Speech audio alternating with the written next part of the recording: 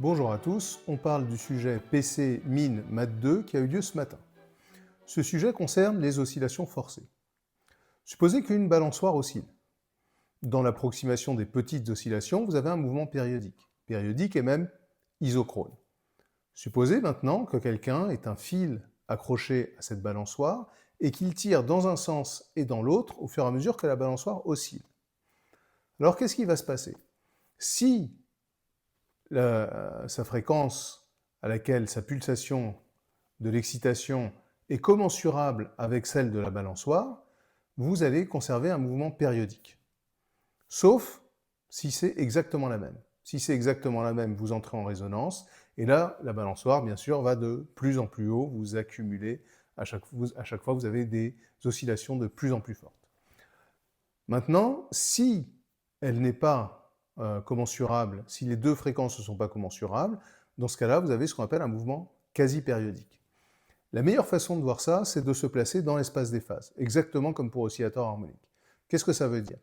C'est-à-dire qu'au lieu de regarder la trajectoire x donne y de x, alors remarquez que ici c'est un petit peu étrange d'appeler x le temps, mais c'est le choix du sujet, donc x c'est mon temps, et au lieu de regarder la trajectoire y en fonction de x, je vais regarder y en fonction de x et la vitesse y' en fonction de x.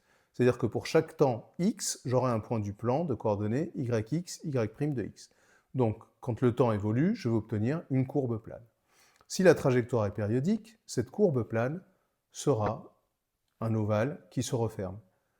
Sinon, ce sera ce qu'on appelle une trajectoire quasi-périodique. Qu'est-ce que ça veut dire? Ça veut dire qu'on aura un anneau et que la solution tournera autour de cet anneau.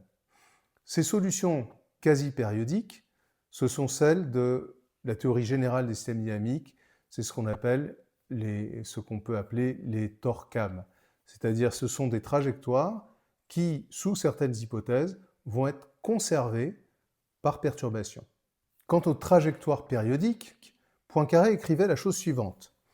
D'ailleurs, ce qui nous rend ces solutions périodiques si précieuses, c'est qu'elles sont, pour ainsi dire, la seule brèche par où nous puissions essayer de pénétrer dans une place jusqu'ici réputée inabordable. Et oui, parce que dès que vous avez des équations différentielles, elles sont très très difficiles à intégrer.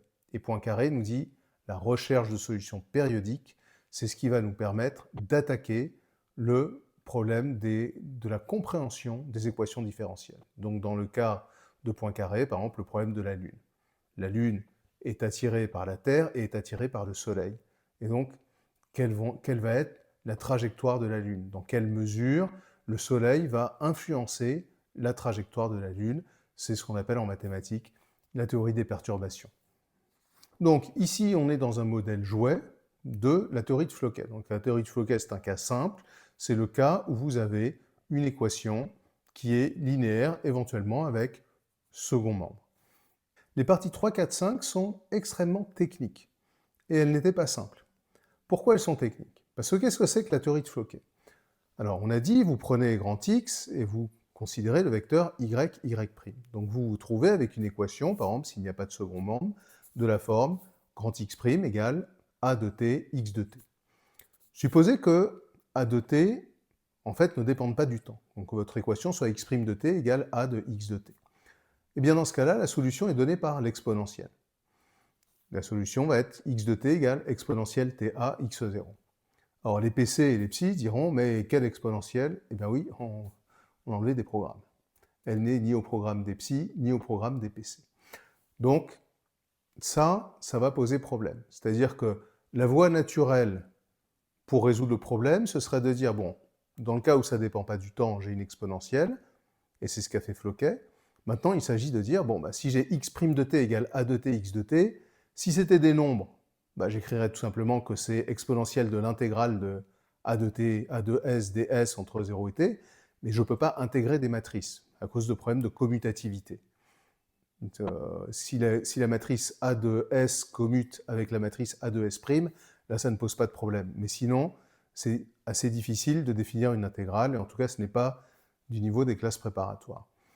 Donc ce qu'on fait dans la théorie de Floquet, c'est qu'on dit, bon, qu'à cela ne tienne, l'exponentielle c'est la solution d'une équation différentielle, je vais là considérer la solution fondamentale de cette équation différentielle aussi, qui va jouer le rôle de l'exponentielle, et en étudiant cette solution fondamentale, je vais avoir en fait le théorème qui sont les théorèmes des parties 3 et 4. Quant à la partie 5, quand on fait la théorie de Floquet, ben imaginez, vous pouvez le faire tout seul, imaginez que vous ayez un système à une dimension, ce qui correspondrait à une équation d'ordre 1, ben vous vous rendrez compte qu'en fait la partie 5, c'est simplement la variation de la constante. Donc dans la théorie de Floquet, c'est assez simple, on fait la solution fondamentale, puis variation de la constante, et ça nous donne la solution du système. Donc bien sûr, ici, ce qui est dommage, c'est qu'on peut imaginer par exemple poser un sujet similaire en MP, auquel cas dans le programme MP, nous avons l'exponentielle de matrice, et nous pouvons développer normalement la théorie de Floquet et démontrer le résultat qui est posé. Donc ce qu'il se passe, comme il se passe souvent en mathématiques, c'est que le fait de ne pas passer par la voie de l'algèbre binaire, ça entraîne bien sûr des difficultés techniques. L'algèbre binaire, ce n'est pas quelque chose qui est apparu comme ça pour rien. Une théorie mathématique, c'est en général une théorie qui est introduite pour simplifier et pour étudier des problèmes. Donc typiquement, dans ce type d'équation, eh bien, l'algèbre binaire, l'étude spectrale nous sont très très utiles. À partir du moment où on court-circuite, ça devient plus simple d'un point de vue théorique, mais plus technique et plus difficile, plus calculatoire. Donc, c'était un sujet quand même, à cause de cet angle, on va dire, d'approche mathématique directe, qui n'était pas simple. Voilà, c'est tout pour ce sujet maths M2 PC. Sujet très intéressant, vous l'avez compris, la stabilité des équations différentielles, les trajectoires périodiques, sujet très très vaste.